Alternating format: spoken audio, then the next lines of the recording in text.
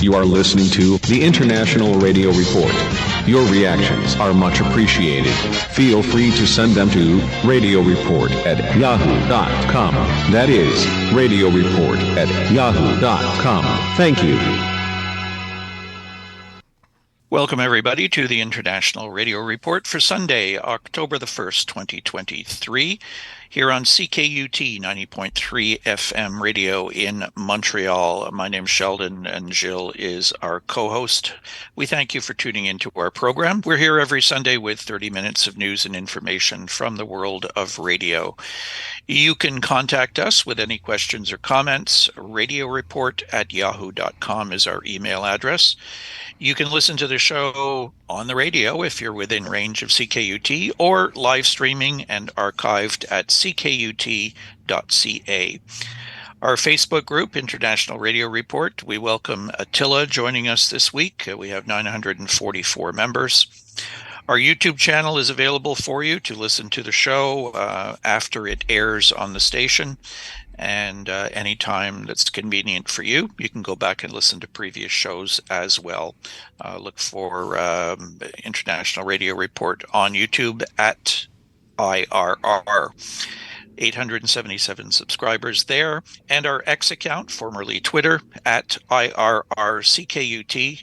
If you want to get links to the stories that we talk about on the show, we are unable to do that on Facebook because of the Canadian government regulations for a lot of the stories. So we do make them available in the information on the YouTube show and on the X account. So you can use those to go check that out as well.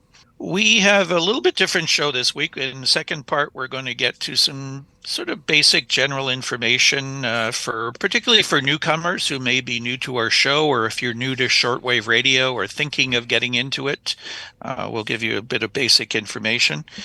So stick around for that in part 2 today. But first off, we have a big story coming to us from iNews by Adam Sherwin, and it was forwarded by Mike Cooper to Glenn Hauser's World of Radio.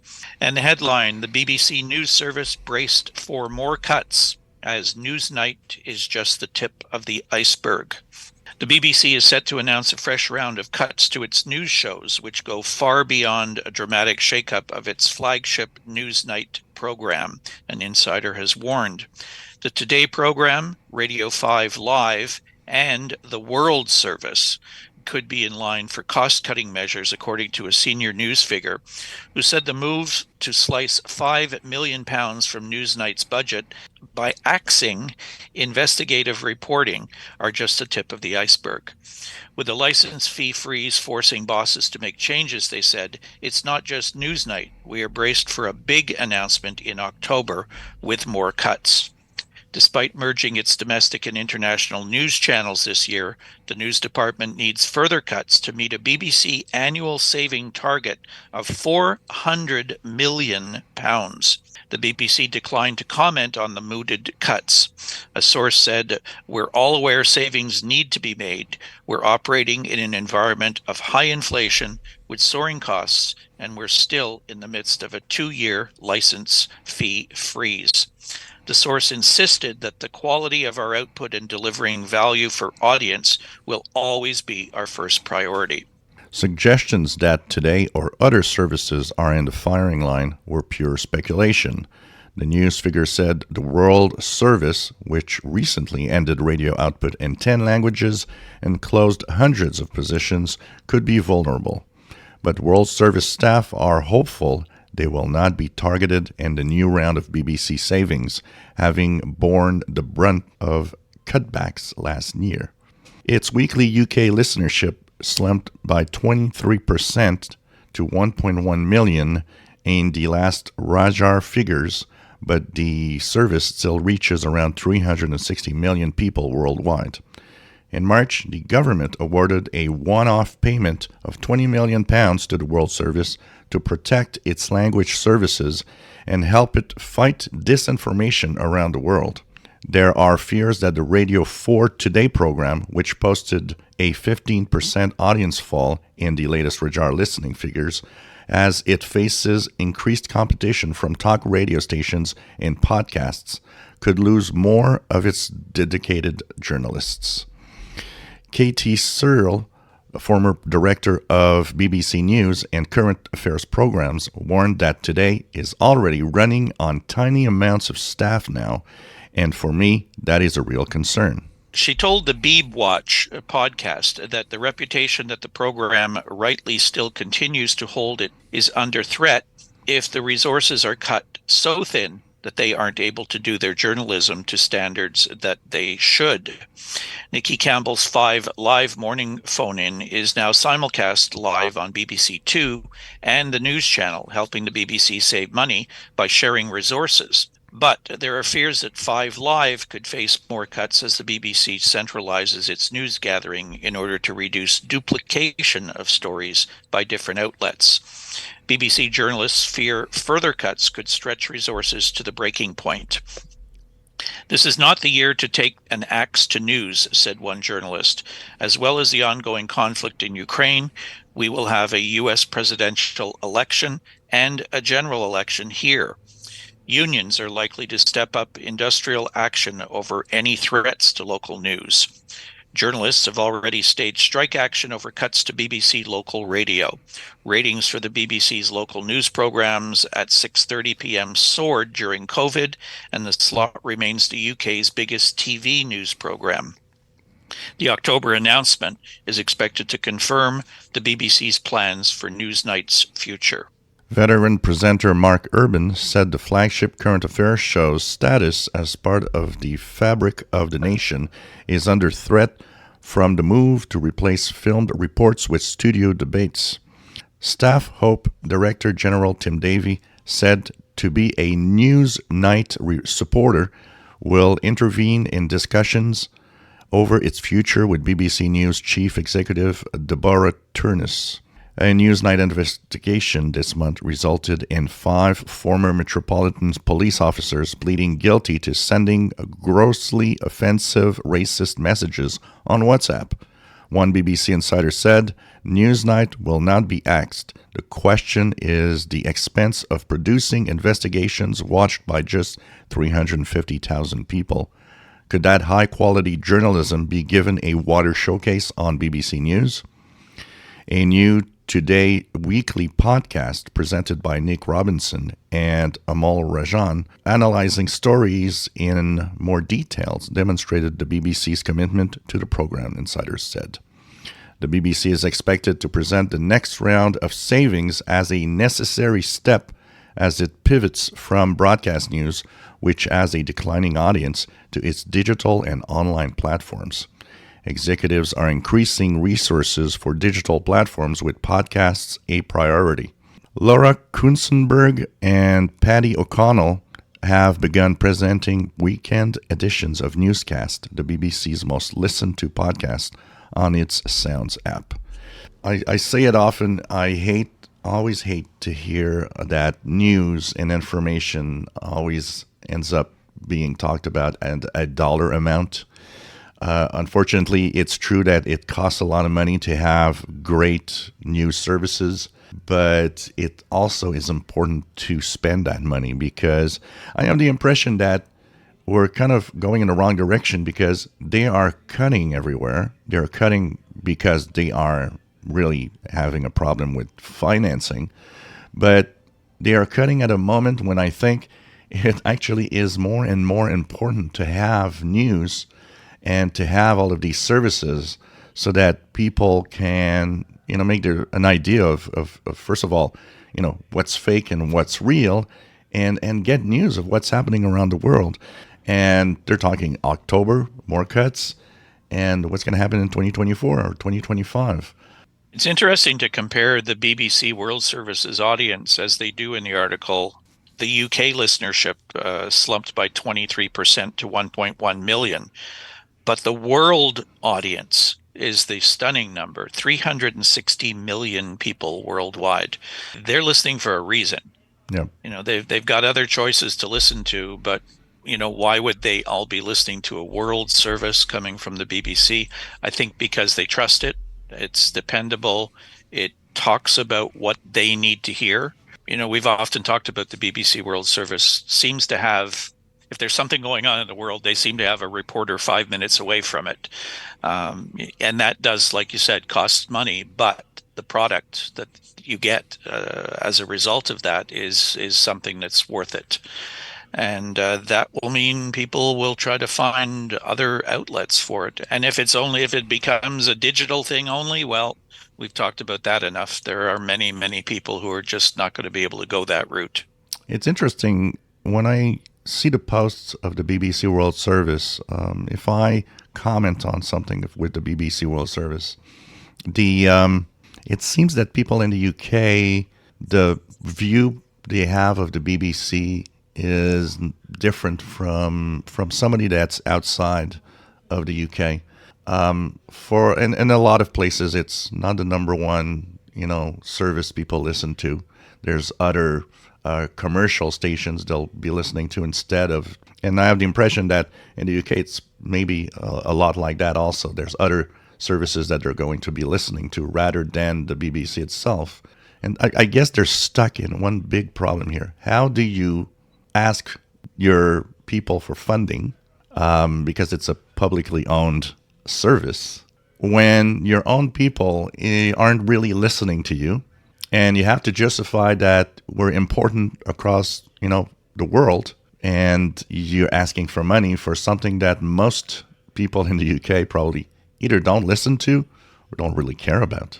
We had the same situation here with Radio Canada International. We don't have a huge population, and I guarantee that if you put 1,000 people in a room somewhere and ask them, Canadians in a room somewhere and ask them what Radio Canada International was, you'd be lucky to find maybe 2 or 3 in that 1,000 people that would have any inkling. So similarly here, when you're paying for that service with Canadian tax dollars, if the government decides or the management of it decides they want to cut services, the Canadian population doesn't really get too upset because they didn't even know that it was there to begin with. So, but sometimes you have to go outside your own borders to realize what you have inside your borders. Yeah. And I think that's the case with many international broadcasters, probably. Also, what I see here is they talk about going to podcasts and stuff, but really cutting the quality of some of the programs. Mm-hmm. So even if you'd go online digital, you will go online digital with an inferior product. It's not going to be the same quality. And less staff. Yep. Less staff as well. So, it's cutting everywhere here. It's not just where you'll hear it. It's also the quality of what you're going to get. And what I find often, it happens in commercial radio a lot too, is the people that are let go are the people that cost them the most money. But those are generally the people that give you the best quality. They have the experience, they have the skills, and they seem to think, okay, we can eliminate those people and replace them with like contracted people that don't cost us as much, less experienced people who don't cost us as much. At the end, though, that affects the ultimate product that you're putting out. So what's happening with our sun? Well, the sun this week, it's kind of similar to last week, maybe not as bad. A couple of solar flares, some coronal mass ejections, and a couple of auroras here and there, and geomagnetic storms. But it's an off and on thing. So, one night it wasn't that great. The next day it's perfect and conditions are great. We're up and down. That's what we had this week. The week that's coming ahead might be a lot quieter because most of the sunspots are not as dangerous for any solar flare. So we might actually end up with a week of quiet conditions and, of course, good conditions because solar activity is quite high. So with a solar flux of 148 and sunspots number of 109. 10-meter band high frequencies have been really, really good. I've made a ham contact with South Africa on 10 meters this week. So it shows that the high frequencies are really propagating well. We are in shifting times. We are, now into the fall here in the Northern Hemisphere, and it really shows on the bands. A lot of stations mornings have been dominated with a lot of signals coming from Asia, which is also a lot of fun. And typically what we get at this time, September, October, for the propagation conditions, North Korea was coming in this week pretty good. And if you want to witness all of that, well, the best way to do so is to turn on your radios and listen. I'm Richard Cuff of Allentown, Pennsylvania. You're tuned to the International Radio Report. 30 minutes of news about radio on CKUT 90.3 FM in Montreal. I think that's a good lead-in to what we want to talk about today on the show. It's one of those weeks where there's not a lot going on in radio, so we thought we'd just have a little bit of general information for you, particularly if you're new to our program. You've heard us talking about shortwave. You're wondering, why do we talk about these weather conditions relating to the sun? There's no fog and rain and all of that stuff in our weather report. It's a much different thing, and there's a reason for that. The sun has a dramatic effect on radio communications. So really the crux of this program often is about international broadcasting or shortwave. Some of you may not really understand what that is. So we thought we'd give you some very basics today. For all you veterans and old timers out there who know what all this is all about, just consider it a refresher course. So Gilles, you've had a lot of experience in the last number of years now with your YouTube channel of dealing with new people getting into international broadcasting and shortwave radios. So I guess I'll play the role as one of those people that's just wondering what this whole thing is all about and ask sort of some of the questions that maybe some of our listeners are wondering about. Shortwave radio. What is this? What do I need? What do I do? Where do I get it? How does it work? I don't know. I keep hearing about it, but I don't know anything about it.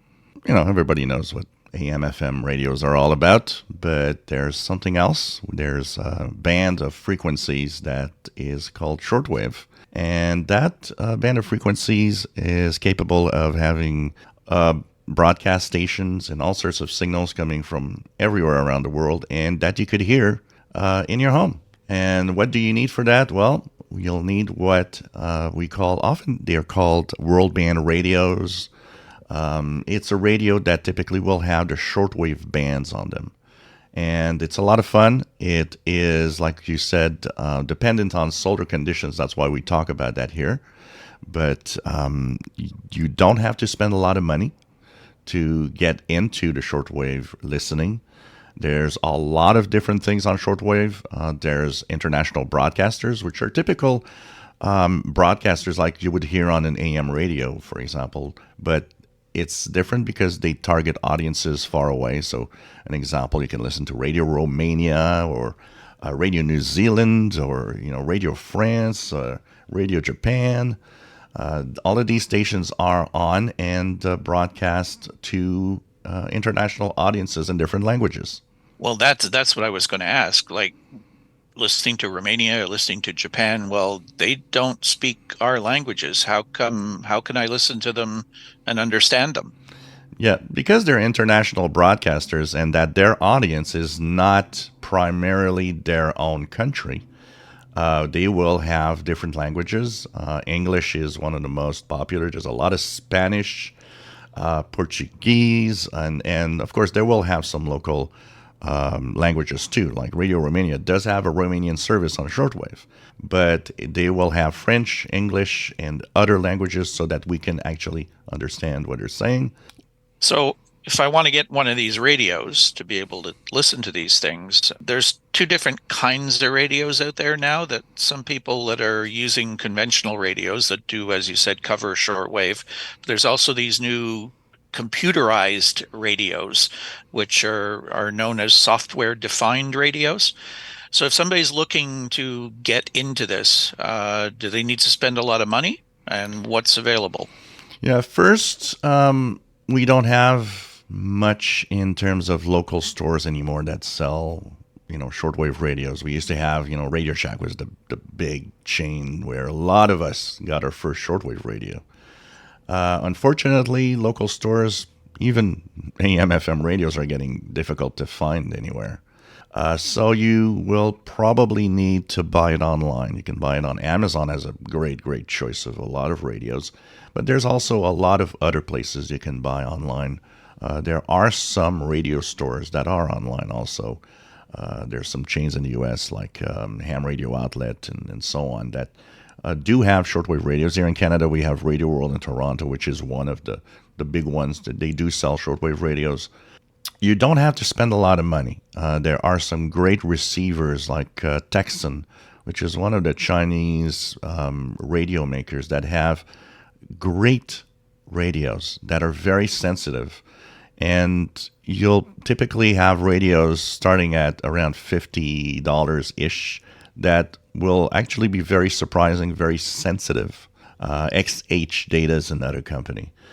Quite a few models out there. And there's even higher end receivers. Texan has radios from $50, but you have radios that are more expensive that have more features, including what we call single sideband that opens up a new world of listening into other types of signals like amateur radio and utilities. The other type of radio, because these are, little boxes with an antenna, like a little portable radio, and frequency readouts, and you tune around. But there are now what we call SDRs, or software-defined receivers, which often are little boxes that don't look really fancy, a little black box, but it connects to a computer. And the computer has software that controls that radio. So basically, it's a radio, but there's no controls on the box. The controls are done across the screen on your computer. And these have different functionalities. They are, very different in what they show on the screen, a lot of information. And they are radios that typically will need an antenna to work. And the SDRs, you can start off real cheap if you're, a little tech savvy and you're not afraid of computers. There's the RTL SDR V4 now. There's a new version that came out of this little dongle. It looks like a USB thumb drive where you put files on, but it's a little radio and it's not expensive. That one is around $30. And for $30, it's surprisingly sensitive and it just needs a little tweaking. So you have to be a little more tech savvy to use that one than maybe others. Although the V4 they have simplified the process so it's easier for the install. One that I would actually say that if you are going into SDRs and you really want to have a plug and play experience pretty much, I think the best one for the entry level listening around maybe $120, $130 is the SDR Play RSP1A.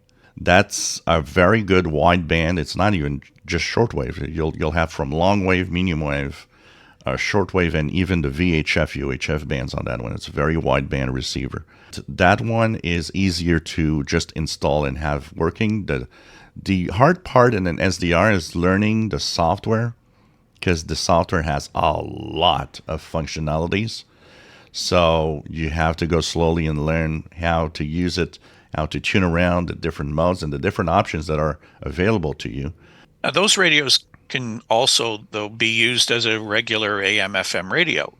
Oh, yeah, definitely. All the radios have AM, FM available on them. What to listen to and when to listen can be complicated with shortwave. AM/FM, we know you tune to a frequency, the station you like, it's there, it's there all the time. The shortwave's not like that. There's different times of day to listen to different parts of the world. How do we find all that information? Are there some resources out there that we can go to look up? It's nice to have a radio, but if you don't know where to tune it to listen and when, it's not very useful. So you need some additional tools to help you find what you want to listen to. Yeah, the first thing I'd say to anybody that gets one of those radios is use it and tune around. Just play with it to get acquainted with the controls and that it's easy for you to use it. And by accident you'll be tuning some signals for sure. But there are online resources. I think it's one of the greatest times to have a shortwave radio in the sense that today we have up-to-date, accurate information about what's out there.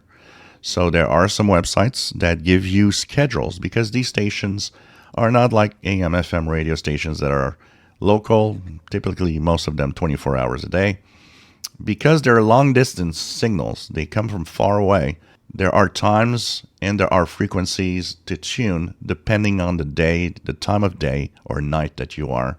And of course, you've got some resources like short-wave.info. You have eibispace.de. Of course, the links to all of these websites will be in the description of the YouTube channel, posted on the Facebook and on the X account.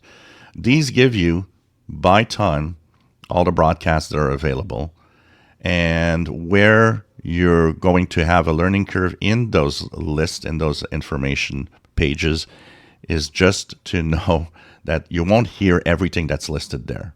If you're tuning around a signal, you want to know what it is, these pages are great because you can just search for the frequency, look at the time. Now, that's another thing.